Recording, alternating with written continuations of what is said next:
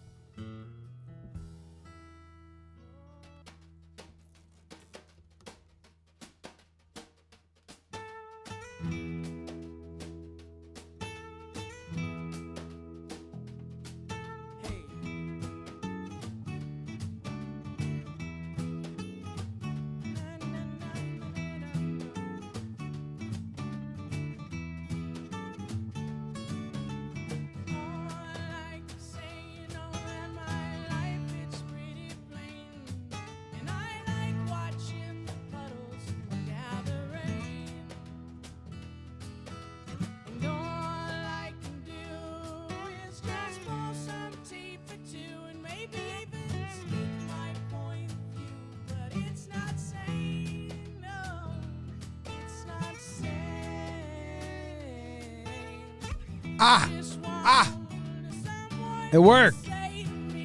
It worked. It worked. No technical difficulties. We did it.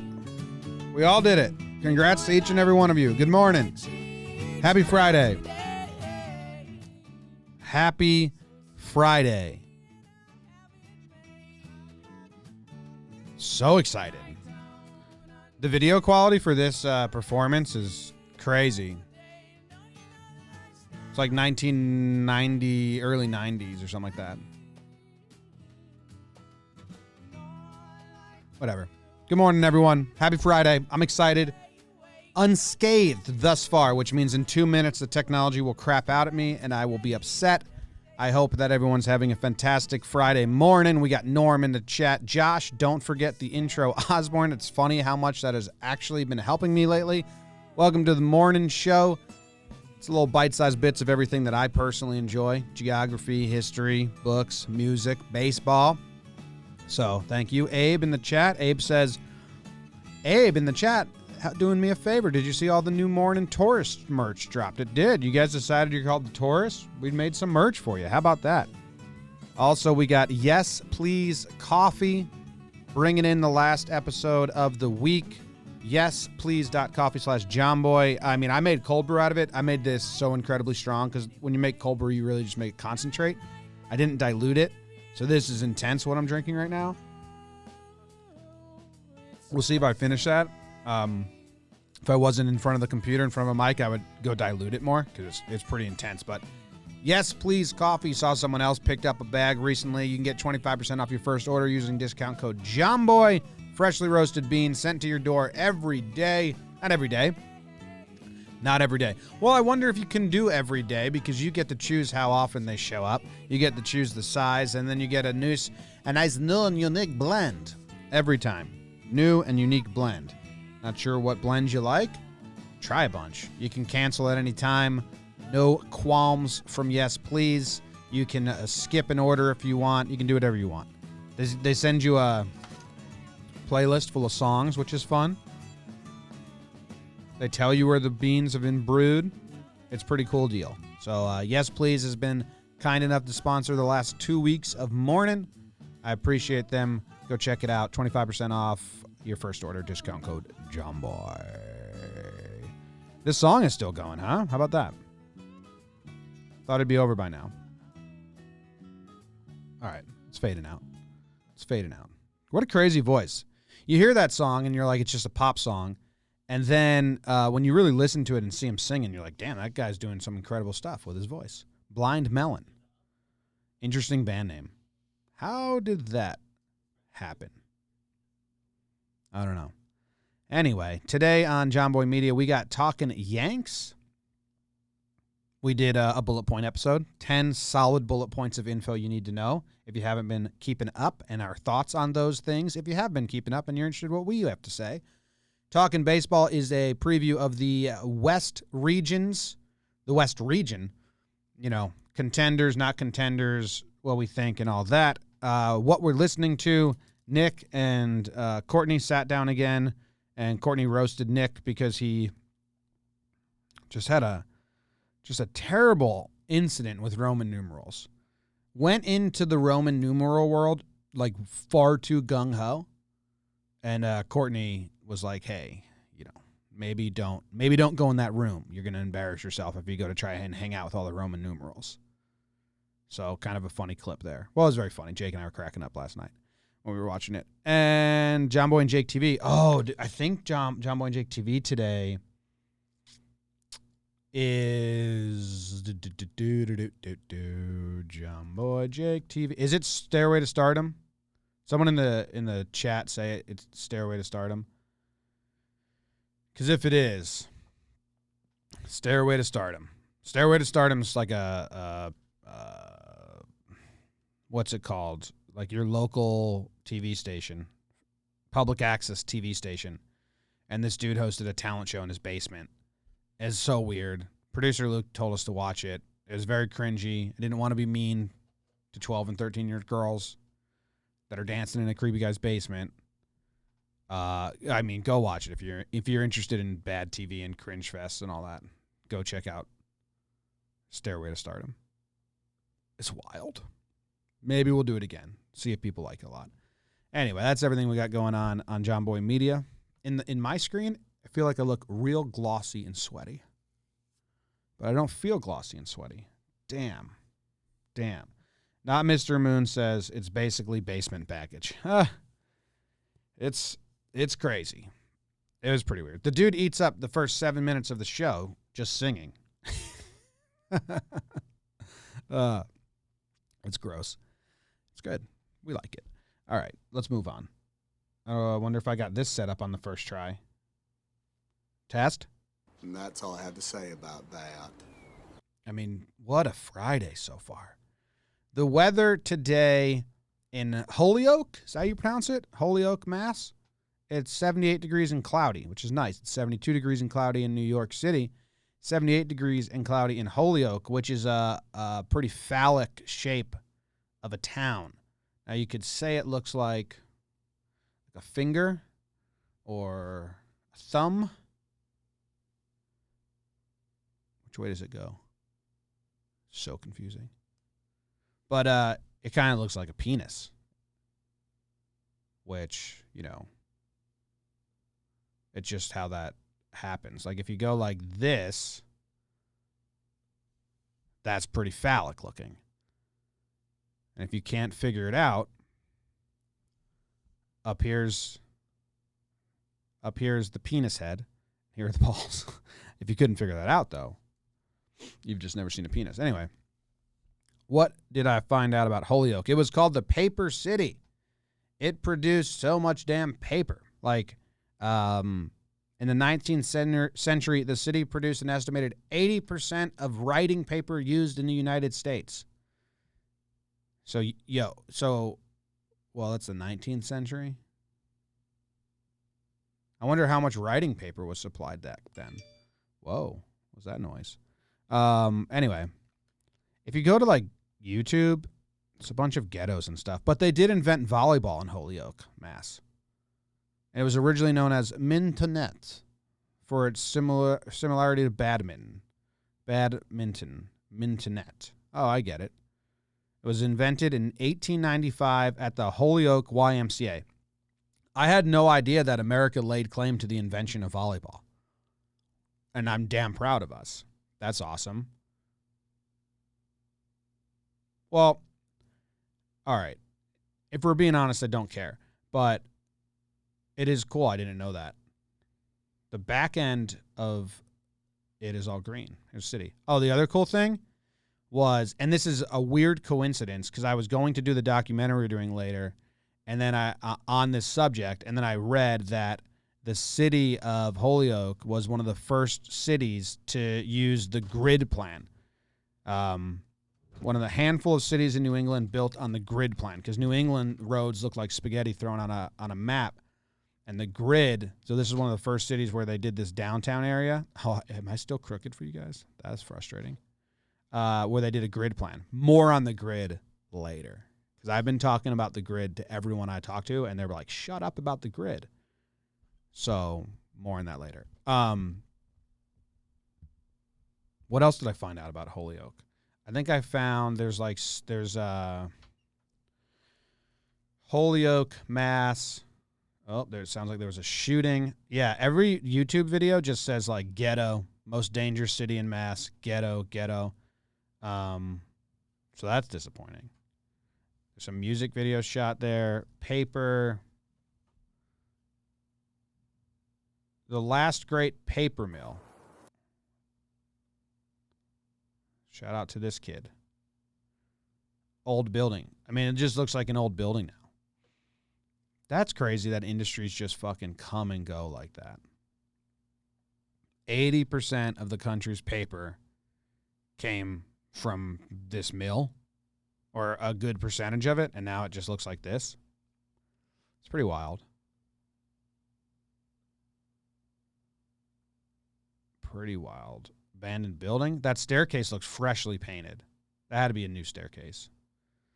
Anyone that's not watching, it's just an abandoned building. That I guess was a mill. Supplied a lot of paper. I don't know what else I got on Holyoke. I'm trying to see what else I wrote down. Built in tandem with the Holyoke Dam to utilize the water power of Hadley Falls, one of the handful cities on the grid. So it's like a planned city in New England, which I think doesn't exist that much. And then the guy invented volleyball there. That's great. There's a lot of notable people. Like on Wikipedia, when you go to notable people, it's not just a section on Wikipedia. It takes you to a whole page. And none of them were that exciting to me. So I didn't write any down because I wasn't excited by them. Hard facts only here.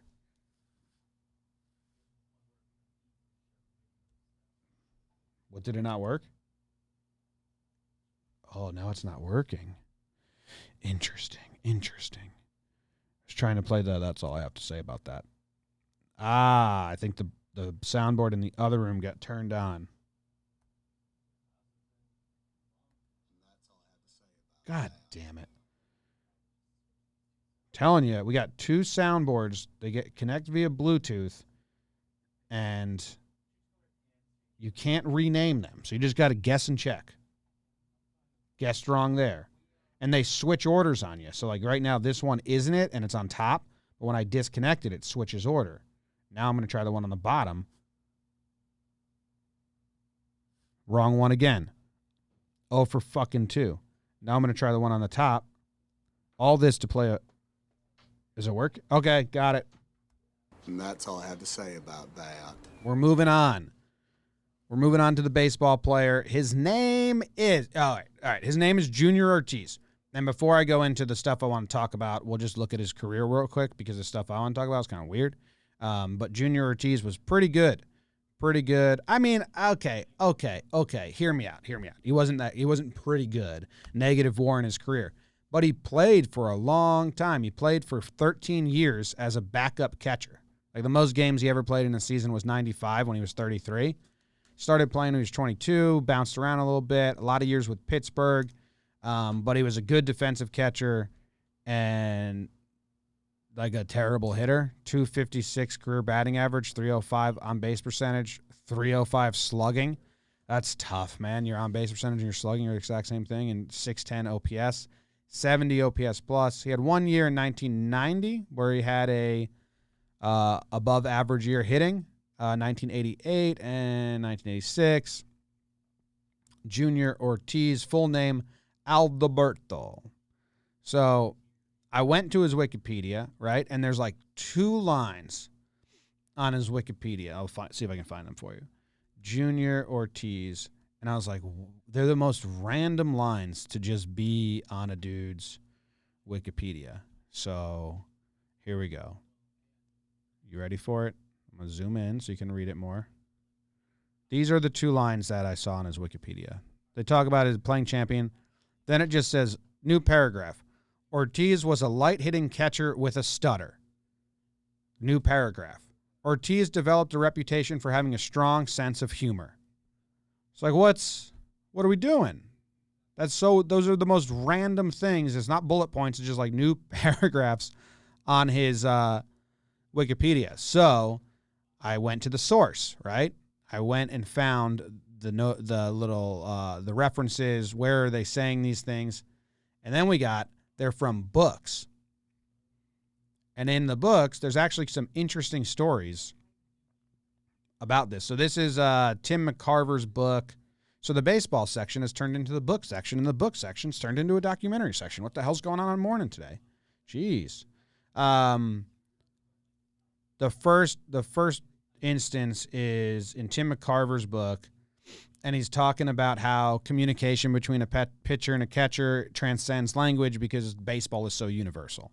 And it says, I can't even really Google it right here. Let me see. All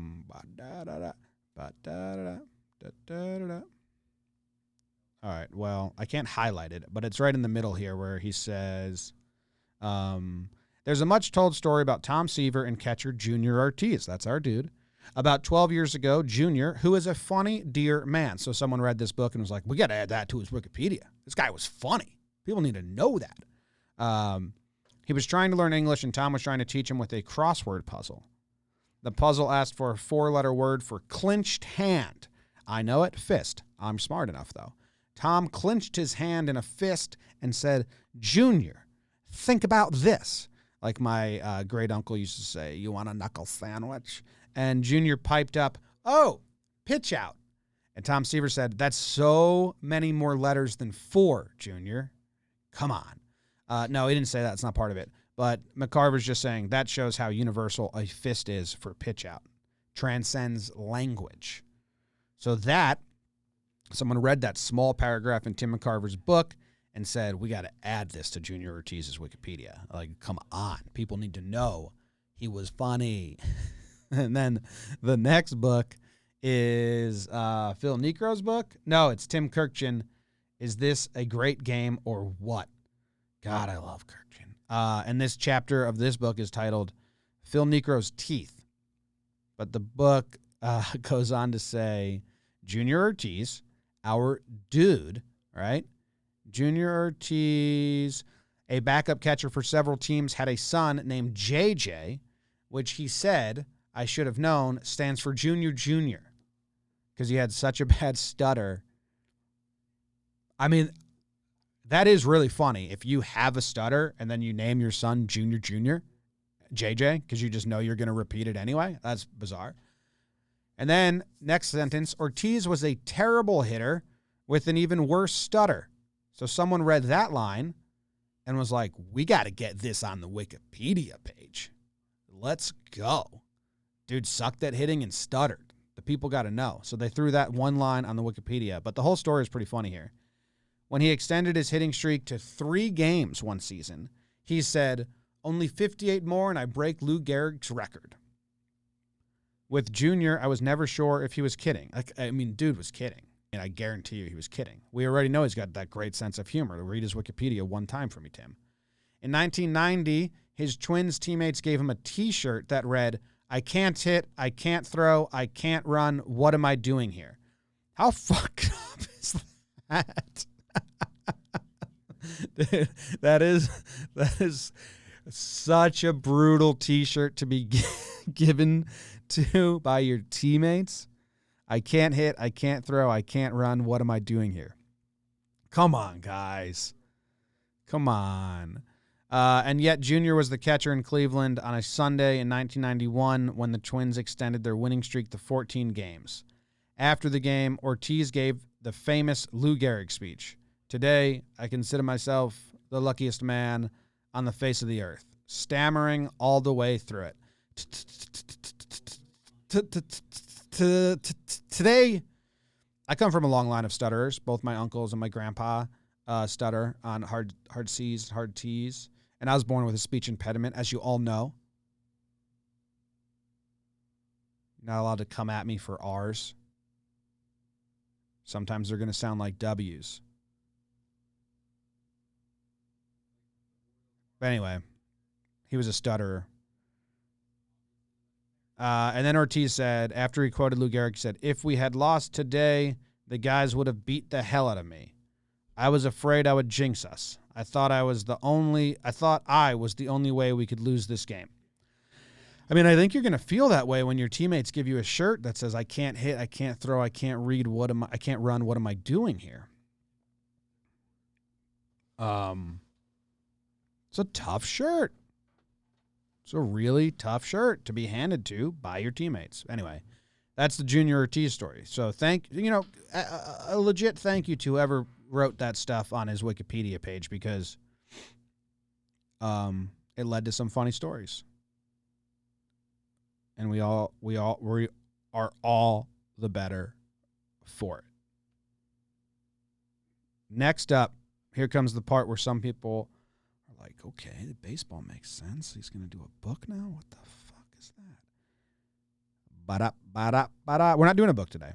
I did a documentary like 2 Fridays ago, and producer Luke said, hey, if you have more documentaries, you should do them. That was cool. So, bam, that's what we're doing. Okay?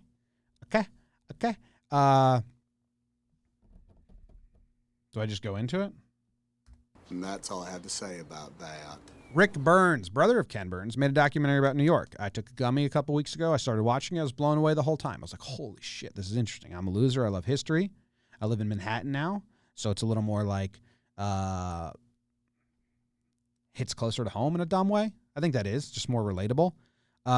There's this part of the documentary where I'm going to play the audio for you guys, where they talk about the grid and making Manhattan into a grid and how crazy it was.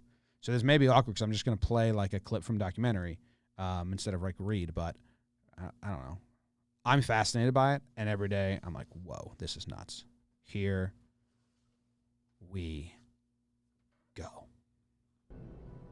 At a time when New York City was still huddled at the southern tip of Manhattan, Clinton's commissioners proposed leveling the entire natural geography of the island and replacing it with a single massive grid, 12 avenues wide and 155 streets long, covering 11,000 acres with more than 2,000 blocks.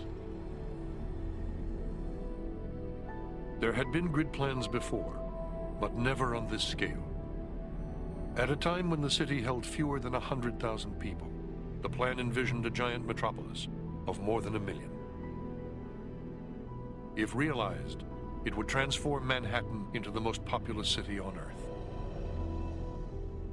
It was an extraordinary thing to impose geometry on an island. It was an enchanting island. It was all covered with oak and hemlock and fir, and there were lots of ponds and streams and springs, and it was all up and down hill. All right. And instead of allowing for the ups and downs and saving the brooks and streams and everything, this gridiron is really cruel. The gridiron, I don't know if I should pause it. Method was laid down over the whole island. In the pre-grid days, we respected nature, partly because we couldn't do much about it. So roads go around hills, they circumvent ponds. No more. Now, hills were to be leveled and thrown into ponds. Land was to be filled in. This was to become one of the most man-made artificial spaces in the history of the planet. That's crazy to me. You see it, you think about it, and you're like, how did this become this? And you don't really put it together that they had the foresight when there was 100,000 people living there to be like, hey, if we level the entire island and make it just concrete and grid. This is a cool part. They're not going to be named. Talking about how... Because Northbird, the number. So the other part of New York that's cool is like, they were like, we want everyone from all over the world to live here. Can there be a place where every type of person lives on one island? Like, can that possibly exist? It has never existed anywhere else. Like, even the Roman cities and all the other cities is mostly same person. But the origin of New York was everywhere, people from everywhere, one island. So the grid system they explain here was good for that, a community that didn't all speak the same language because it was all numbers. 2, democratic, because the streets are going to be numbered, they're not going to be named. 3, efficient. It makes it easy for immigrants, people who don't speak English, to navigate their way around to their workplace and to selling places. 4, a sense of routinizing and regularizing the real estate market because everything is gridded up in advance so that you can buy and sell plots easily with great convenience. Perhaps the most extraordinary is the conviction that you are going to totally triumph over nature. And the notion that you can in fact shape, reshape, reformulate things. All right, so I don't know. I'm nerding out. You guys may not care. I just think it's wild. Like to have I thought the grid in Manhattan happened naturally. Like, all right, let's do this.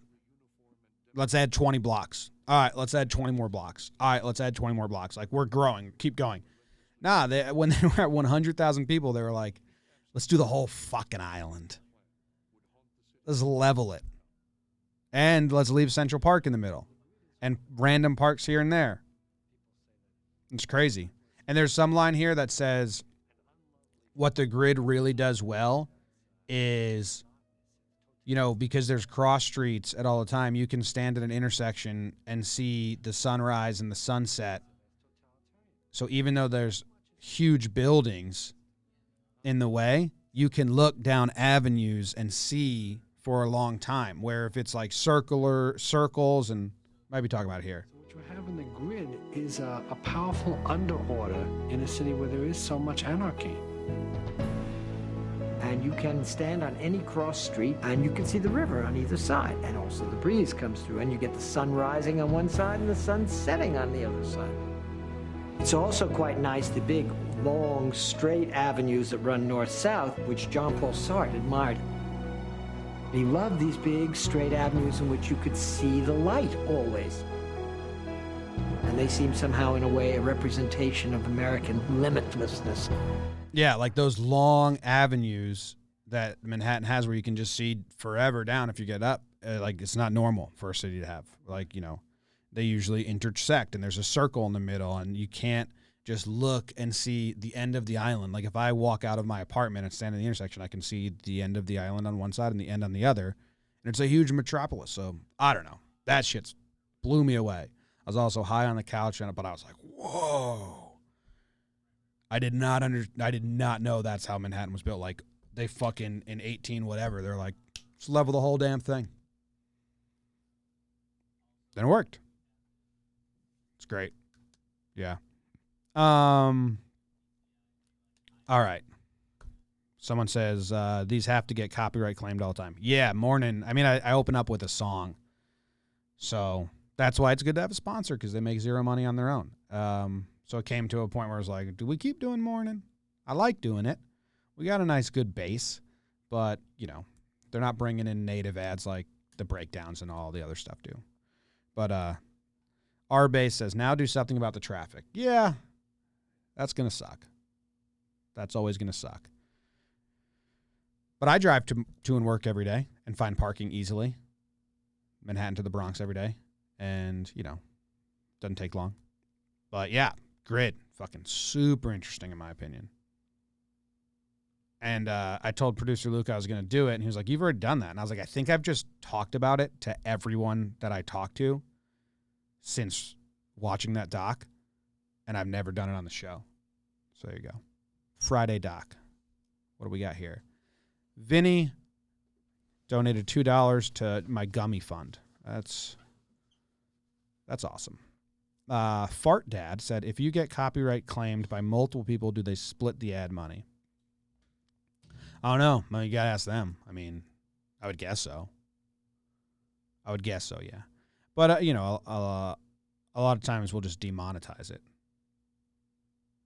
Or no, we'll give them the money. Yeah. We don't demonetize it. Did you hear about the light rail they're thinking about making between the Bronx and Queens? That would be crazy. That'd be cool. All right, I got to end this. We're doing a practice run of a new show that that's going to be coming to you from Jake soon, and that's exciting. So I'm going to try and keep these more of a tidy 30 minutes. What are we at now? We're at 29, or 27, so that's good. Hi, Marla. Welcome to the Periscope. We just are about to end. So moving forward, like next week, little rundown of the back end situation. Anyone that watches these on Periscope, watches on Facebook, or listens on the podcast app, you will go unscathed. If you watch on YouTube, which I know there's a whole ton of you and you're in the chat every day, Mornin will be on the main channel for one more week. All right. One more week. Mornin will be on the main channel, and then it will have its own YouTube channel. We already have it made. Producer Luke is building it out, backloading some things. There it is if you want to go subscribe. But one more week on this channel. Every single episode I will give this announcement. It's going to be moving to its own channel. And I'll just be incredibly forthcoming about it. Like, we use the main channel as a launching pad. I don't think if I started on its own channel, we would have been going. And Jake's going to take over a morning shift on the main channel to launch his show. It's going to be really sports heavy, kind of like this, but sports. And I'm going to keep doing this, but it's going to live on a different YouTube. It'll be on the same for Facebook, same for Twitter, same for Periscope, same for podcast app. But the new YouTube, it'll be a new one. The reason being, breakdowns are the backbone of the company right now. We don't want them to be in the future. I don't want to stop doing them. But, the main YouTube channel is best as a huge net that grabs people. All right. And the more people we grab, the more potentially go and listen to Mornin and listen to Talking Baseball and listen to Talking Yanks and listen to our other properties. But you grab less people if we do 2 live shows every day and they get the notification and people are like, I didn't subscribe for this. I subscribed for breakdowns. And I hear that and I understand it. So instead of doing 2 morning shows on the main channel, I'm going to take this one. Come with me to the new channel. The new Jake show will be here. I think it debuts next Friday. And hopefully that gets a large base, and then that goes and gets its own program and that. So that's the plan. We have a big ad deal coming next week. It'll debut next week for breakdowns and sequence and some things. So if breakdowns are light this week, it's because there's a lot coming next week, hopefully. Steve B says, so you're saying we're just a fish in a net. Not you, Steve. Not you guys. You guys are the prize fishes. We caught you. You're beautiful. We bonded with you. We took you out of the net. Now you're in our home. All right. But, yeah, that's the plan. So, I mean, it'll be one more week. So it'll be Monday, Tuesday, Wednesday, Thursday, maybe Friday on the main channel. And I will give this announcement every day to just keep reminding people. So I'll try to do it at the end. Maybe one time I'll do it at the beginning. But thank you all for keeping this going, for having fun. The Facebook numbers are someone attacked us with bots. So that's weird. We got like 50,000 views. And we're like telling the advertiser, like, hey, don't get excited about that because those are bots. There's not 50,000 people watching every time on Facebook. So I don't know how that's happening, but it's cool. But all right. Cool. I think I'm out. Play some more Blind Melon. What's the guy's name? He died. Very sad. What was his name? Shannon Hoon. Shannon Hoon. Crazy vocals, though. All right, I'll take you out. See you guys. Have a great weekend. Hey, there are sports next week. It is exciting. Very exciting. See you then.